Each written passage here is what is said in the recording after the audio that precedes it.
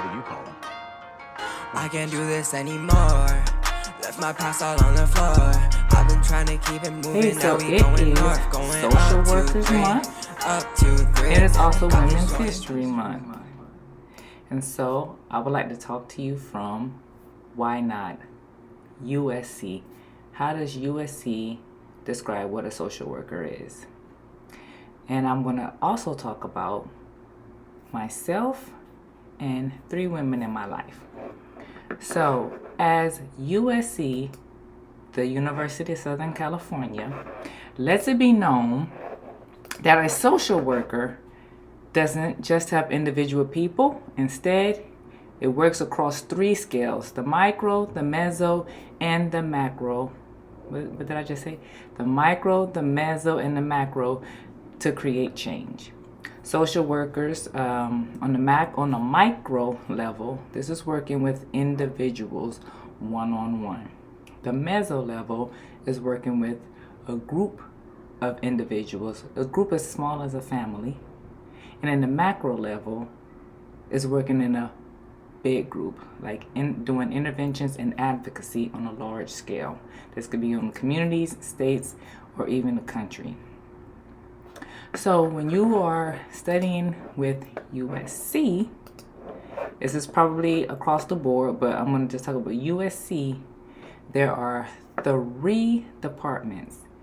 There's adult mental health and wellness, children, youth, and families, and social change and innovation. And within all of those, there are multiple concentrations that will get you to the job that you want to be.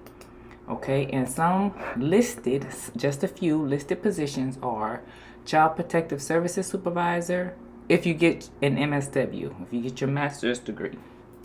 You can have that, be a school guidance counselor, a homeless support services specialist, an LGBTQ coordinator, a policy analyst, or work in military and family life. So the 3 departments within social work are, did I say it already? Adult mental health and wellness, children, youth, and families, and social change and innovation. I have gone in the department of adult mental health. And within mental health, there is a vast variety of concentrations, or we can just say jobs. I have just mental health, but there's also military social work, medical social work, behavioral health, wellness coaching, substance use disorder and recovery treatment, crisis counseling, LGBTQ advocacy, integrated care, and a whole lot more. So if you remember, the purpose of my channel is to let you know that when it comes to social work, not everyone is a baby snatcher. So please do not just associate that when you hear that someone is a social worker. So with that being said, like I said, I work in mental health. During my internship when I was going to school, I've worked at an intensive in-home agency, and that is doing one-on-one with an individual, but also with their families, and doing the therapy inside of their home and school setting. Then I finished up and I did it at an agency doing mental health with adults. So after I graduated, I have been working adult mental health, doing therapy in this telehealth world now, doing telehealth therapy with adults over the phone, the computer, all that, and doing the intakes, which you all know as that first appointment where you give the history of everything that's going on, why you're seeking services, and all of that. That's what I was doing. But I am now a school-based therapist, and I work in an elementary school.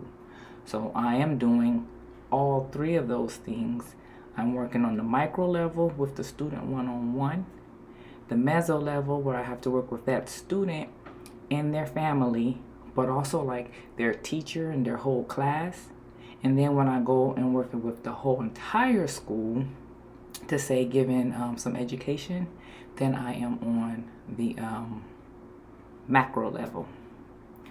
So to move on, I want to talk about some people in my life. I thought that social work was just something that I wanted to do. I was just feeling it in my heart, and it was a calling of mine. Well, you know, sometimes your ancestors are speaking to you, and you just don't know it.